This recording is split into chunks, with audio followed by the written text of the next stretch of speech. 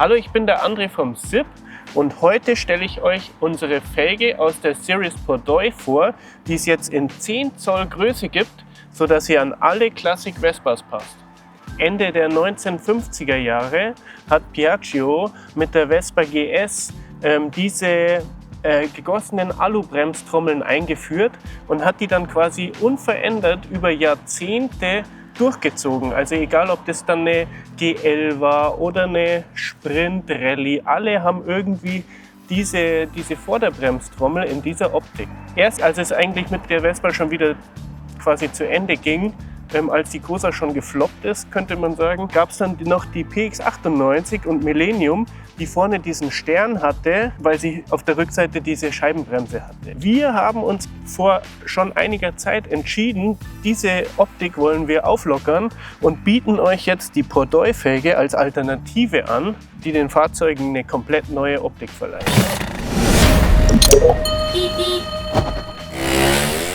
Die 10 Zoll Pordoi-Felgen bieten wir euch wieder in vielen Farben an, genau genommen in 6. Einmal schwarz mit polierten Speichen und rotem Farbfeld in Bronze, schwarz mit polierten Speichen, aber ohne bunten Feld, schwarz glänzend, silberlackiert und galvanisch verchromt, und zwar in einem speziellen dunklen Chrom. Wir sagen dazu Schwarzchrom. Und natürlich alle Felgen kriegt ihr auch wieder als Kompletträder von uns vormontiert mit unserem SIP Performer oder SIP Performance Reifen. Auf welche Fahrzeuge passen die Felgen? Am einfachsten oder Grundvoraussetzung ist immer, dass das Fahrzeug eine Scheibenbremse hat. Da ist also zum Beispiel die Vespa 98 und Millennium hat original eine Scheibenbremse. Da muss man dann nur die Radnabe tauschen und schon kann man die Felge hinbauen. Der Radnabe liegt ein Teilegutachten bei und das Teilegutachten erlaubt die Verwendung der Radnabe in Verbindung mit dieser Felge an den PX98 und Millennium Modellen. Also wenn ich das nochmal zusammenfasse, dann passt die Felge eigentlich an jede PX-Gabel oder Lenksäule mit 20 mm Durchmesser. Und diese PX-Gabeln sind ja auch baugleich mit den PK-Gabeln, die wir als Umrüstlenksäulen für fast alle klassischen Vespas anbieten. Also sowohl Vespa 50 als auch VBB, VBA, VNA, die Generation von Fahrzeugen, als auch Sprint, Rallye, GL, alles was diesen Sprintrahmen verwendet. Also es gibt Umrüstlenksäulen, wenn man dort eine Scheibenbremse montiert und dann diese Radnabe verwendet, kann man dort die Pordoi-Felge oder was auch immer es noch an Designs gibt, zum Beispiel den Felgenstern, hinbauen. Außerdem ist das ja eine ZIP-Felge. Dafür hat sie auch die ABE bekommen. Das heißt, sie kann auch an Fahrzeuge, an Gabeln, an Lenksäulen montiert werden, wo die Scheibenbremse auf der linken Seite sitzt und die Schwinge auf der linken Seite sitzt. Also kann man genauso gut eine Umrüstgabel auf ZIP-SP-Technik in sein Fahrzeug bauen. Die gibt es meistens ziemlich günstig gebraucht mit gleich einer Scheibenbremse dran, zum Beispiel auch von einer Quarz oder einer Sphera. Und dann kann man auch diese Felge dahin bauen.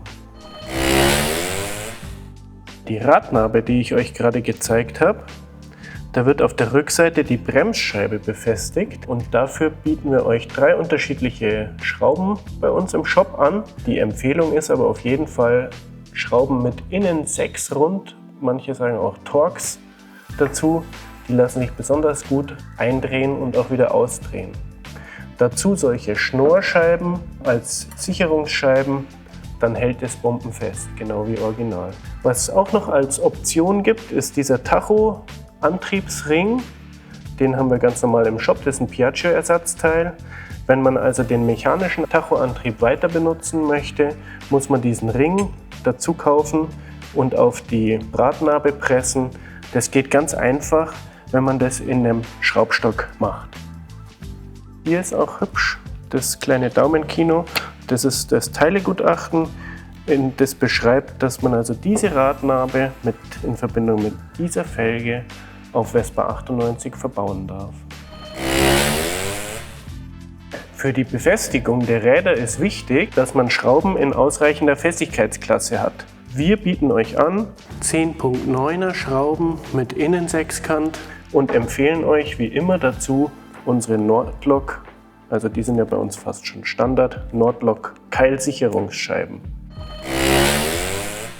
Wenn das dann alles montiert ist, also speziell vorne die Radnabe und die Felge, dann kann man schon ein bisschen erkennen, da passt eigentlich keine Narbenkappe mehr hin. Stattdessen haben wir diese CNC gefrästen Mutternkörbe entwickelt, mit denen man dann ohne Abdeckung die Zentralmutter verschließt und sichert, wir aber trotzdem noch eine dekorative Optik erzeugen. Und wir gehen jetzt sogar so weit, dass wir seit einigen Monaten Splinte in unterschiedlichen Farben im Programm haben, damit man das also optimal farblich auf sein Fahrzeug abstimmen kann. Bis jetzt habe ich euch das alles für die Vorderachse gezeigt. Wir haben aber, wie gesagt, keine Kosten und Mühen gescheut und das gleiche auch noch, also die Halterung für die Felge, auch für die Hinterachse entwickelt. Das ist genau genommen diese Bremstrommelaufnahme und da gehört dazu diese Bremstrommel. Die Bremstrommel ist im Prinzip aufgebaut wie bei den Wildframes, also Trommel und Aufnahme sind separat. Die werden dann mit diesen kleinen Schrauben verbunden und vom Material her entsprechen die diesen Trommeln, die wir für die Wildframe-Modelle schon ziemlich lang anbieten. Also für GS, für 8 Zoll und sogar für die 9 Zoll Agmas haben wir solche hochwertigen CNC-Bremstrommeln im Programm. Für die neue Pordoi-Felge ist es jetzt so, dass nicht wie bei den Wildframes ein 4-Loch-Kreis ist, sondern 5-Loch-Kreis mit diesen charakteristischen 5 Löchern im Durchmesser von 86 mm. So wird es dann an alle Large Frames gebaut, also von VBB über Super, Sprint, GL bis hin zur PX kann man dann die Felge ans Hinterrad anbauen. Weil es bei den Modellen unterschiedliche Wellendichtringe gibt, hier diese Gummis, legen wir gleich wenn man das Bremstrommel-Kit kauft, liegt auch gleich der Wellendichtring bei, sodass man den nur austauschen muss und dann passt es 100%ig ans jeweilige Fahrzeug. Und dann für die Vespa 50, da ist es ein bisschen anders. Da wird die Bremstrommel von vorne befestigt und wird dann gehalten durch die Radbolzen, die durch die Felge durchkommen. Da sollte man ein bisschen aufpassen, dass die Bolzen nicht hier hinten durchragen. Es ist so, dass das wie bei den meisten neueren Piaggio-Modellen ist es eine Breitreifenfelge, also 2,5 Zoll breit. Die echten Vespa-Felgen von den Classic-Vespas haben in der Regel nur 2,1 Zoll. Also ist die Felge ein bisschen breiter und die Felge ist ja immer entweder direkt neben dem Motor oder neben der Lenksäule und dem Stoßdämpfer. Deswegen kann die Felge immer nur auf die linke Seite wachsen. Das bedeutet eigentlich, die Radmitte wächst ein kleines bisschen, in dem Fall 4-5 mm, auf die linke Seite. Das heißt, wir haben dann einen ganz leichten Versatz des Radaufstandspunktes. Ja? Das ist aber der gleiche Versatz, den man an seine Vespa hinbaut, wenn man unsere klassische Breitreifenfelge, zum Beispiel die 81011, also das ist die Ringfelge in 2,5 Zoll Breite, verwendet. Das ist auch nicht eine SIP-Erfindung, sondern im Prinzip geht es zurück eben auf diese Modelle wie Cosa, SKR, Skipper. Die hatten diese geteilte Blechfelge in 2,5 Zoll Breite. Man kann nur empfehlen, dass wenn man die Vorderachse umrüstet, dass man dann auch die Hinterachse umrüstet, dann ist es wieder einigermaßen spurtreu. Das Fahrverhalten ändert sich dadurch minimal und es gibt, also wir sehen das an den Verkäufen von unserer Ringfelge, dass es eigentlich nicht nur kein Problem ist, sondern es ist einfach total beliebt, so breite Felgen auf seine Vespa zu schrauben. Optisch natürlich auch cool. Jetzt habe ich gesagt, das ist eine Breitreifenfelge, also die ist minimal breiter als Original. Welche Reifen nimmt man dann her?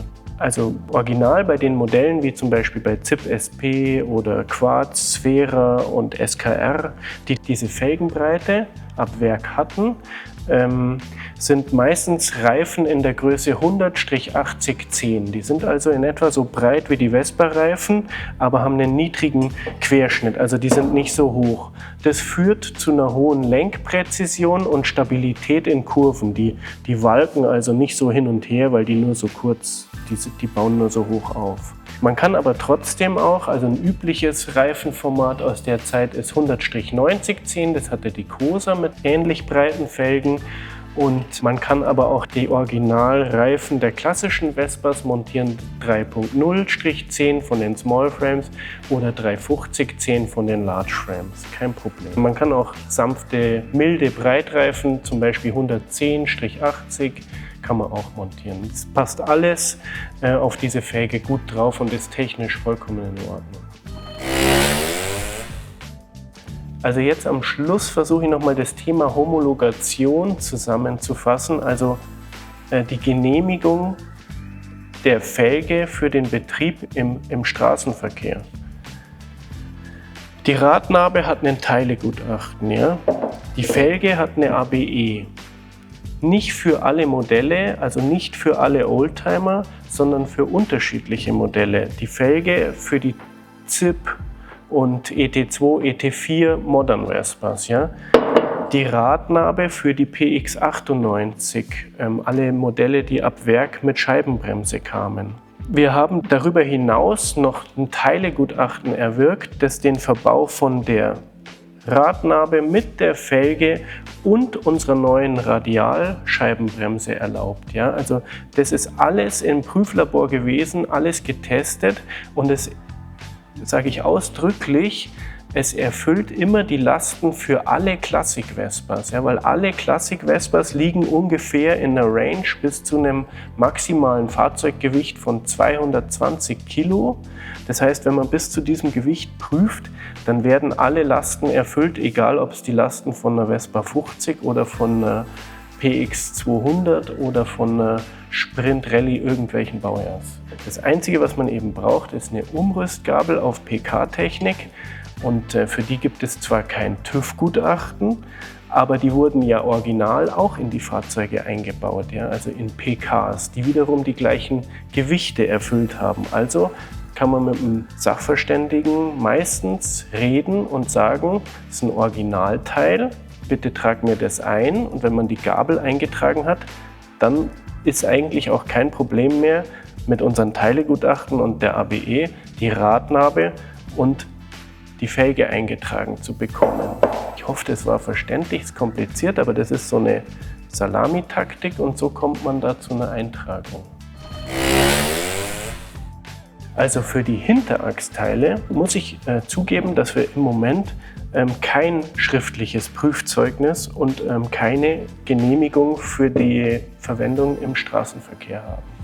Das hängt damit zusammen, dass für so Bremsteile eine ganze Latte von Prüfungen vorgeschrieben sind. Darunter sind auch ganz viele formelle Prüfungen, die eigentlich technisch nicht großartig einen Sinn machen, für die Sicherheit auch nicht wirklich relevant sind, aber jede Menge Geld kosten. Und weil das dann sich so krass summiert hätte, haben wir diese Tests weggelassen. Trotzdem haben wir die kritischen Tests im Labor gemacht und sind deswegen sicher, dass diese Teile nicht versagen werden im Straßenverkehr. Und auch in dem Fall ist es so, wir haben jetzt hier nicht einfach irgendwas gezeichnet und drücken es jetzt in den Markt rein, sondern wir haben das Ding getestet und es ist definitiv eigentlich sogar haltbarer als der originale Sicherungskäfig aus Blech, sodass von all diesen Teilen auf gar keinen Fall ein Sicherheitsrisiko ausgeht. Ja? Das ist uns ganz wichtig gewesen, deswegen haben auch fast alle Teile Prüfgutachten. Ja?